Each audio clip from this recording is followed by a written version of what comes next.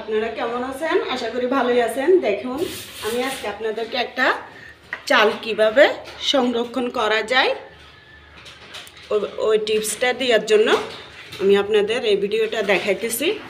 দেখুন এটা 50 কেজি চালের বস্তা, জিরা চাল। দেখুন এখানে লেখা আছে জিরা চাল 50 কেজি চালের বস্তা। এটা আপনারা কিভাবে রাখবেন দেখুন। আমি এটা 40 কেজি চাল আটে ওই ধরনের, যাতে বেশি দিন চাল থাকলে পোকা ধরে যায়, পোকাগুলো না ধরার জন্য আমি এখানে রসুনকে থেতে করে একবারে নিচের পর্যায়ে দিছি 2 অথবা 3 কোয়া রসুন, আবার মাঝখানে দিছি 2 কোয়া রসুন, এরপরে আবার উপরে দিব 2-3 কোয়া রসুন। এভাবে আপনারা 50 কেজি চালকে 2 মাসও খাই, 2.5 মাসও খাই বা 3 মাসও যায়, ওদের জন্য এভাবে রাখলে খুবই ভালো হবে, চালে পোকা পড়বে না। আপনাদের এটাই দেখানোর জন্য আমি ভিডিওটা করছি। এই যে দেখুন আবারও পুরানোর পর এখানে লাস্ট পর্যায়ে আবার 2 পিস দিয়ে দিলাম। এভাবে কেড়ে পোকাগুলো ধরবে না। আপনি 3 মাস রাখেন, 4 মাস রাখেন, চালটা ভালো থাকবে। যদি ভালো লাগে আমার এই পদ্ধতিটা আপনারাও করে দেখবেন, আশা করি কাজে লাগবে। শুধু আশা করি না, 100% কাজে লাগবে। এই যে দেখুন আমি পুরোটা চাল পাই রাখছি, এখানে 40 কেজি পুরো চাল আটে। নিচ থেকে দেখাও ডালটা। এবার ঢাকনি দিয়ে দিলাম চালের মধ্যে। এভাবে আপনারা প্রায় 5-6 মাসও রেখে খেতে পারবেন। এখানে আরও চাল আছে, এখানে আরও 10 কেজি 12 কেজির মতো চাল আছে। এভাবে যদি আপনাদের চালে যদি 4-5 মাস রাখতে চান রাখবেন। যদি এরপরে কেরি পোকাগুলো ধরে চালে, তারপরে আবারও কি করবেন, কিছু রসুন এখানে থেতো করে নিচে আর মাঝখানে উপরে দিয়ে দিবেন। তাইলে ওই কেরি পোকগুলো সবগুলো মরে মরে অথবা নিজে নিজে উপর দিকে উঠে নেমে যাবে, নিজেই নেমে যাবে পোকাগুলো। দেখুন এবার চালটাকে 2-2.5 মাসের জন্য সংরক্ষণ করে রেখে এখন চলে আসলাম মাছ কাটার জন্য। দেখুন এগুলো আপনারা চিনেন কি না মাছগুলো, এগুলোকে কে কী নামে চিনেন আমি জানি না। দেখুন এটা কি মাছ, আমরা তো বলি উন্দারা ভাইলে। এখন আপনারা কী নামে চিনেন আমাকে কমেন্ট করে জানাবেন। জানালে আমি নামটা শিখতে পারবো, বুঝতে পারবো কোন দেশে কী নাম বলে।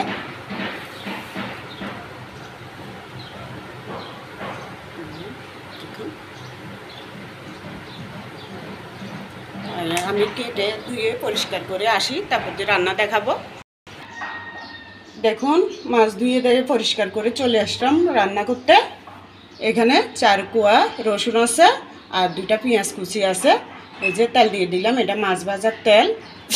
দেখুন রসুন আর পেঁয়াজগুলো একটু হালকা ভাজা ভাজা হয়ে গেছে। এবার একটু পানি দিয়ে তারপরে গুঁড়ো মশলাগুলো দিয়ে দিব।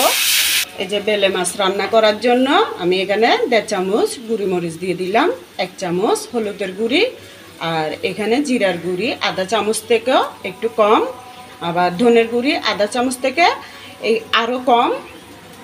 তারপর এখানে লবণ দিছি 1 চামচ, 1 চামচও দিই নাই, 1 চামচ থেকে কম দিছি। এগুলো দিয়ে দেব কারণ আমি মাছ বোনাতে লবণ দিছি। আর একটু নেড়ে নিব, মশলাগুলো কষিয়ে নিই। আর দেখুন এই 4 চামচ এগুলোতে আমি গুঁড়ি মশলাগুলো সব দিছি। দেখুন মশলাগুলো কষানো হয়ে গেছে। এই মশলার উপরে সামান্য একটু পানি দিয়ে দেব। এবার ছোটো ছোটো টমেটো কেটে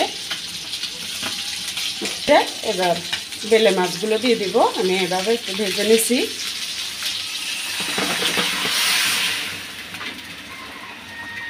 এবার দিয়ে দেবো একটু ধনেপাতা।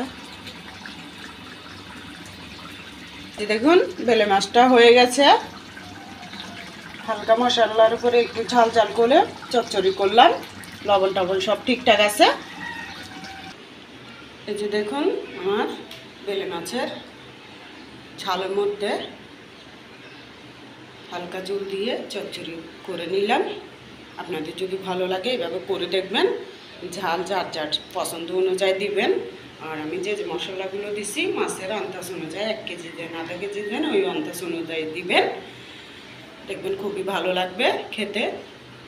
আর আমাদের জন্য দোয়া করবেন যাতে আমি আরও সুন্দর সুন্দর রান্না ছাড়তে পারি আপনাদের জন্য। আসসালামু আলাইকুম।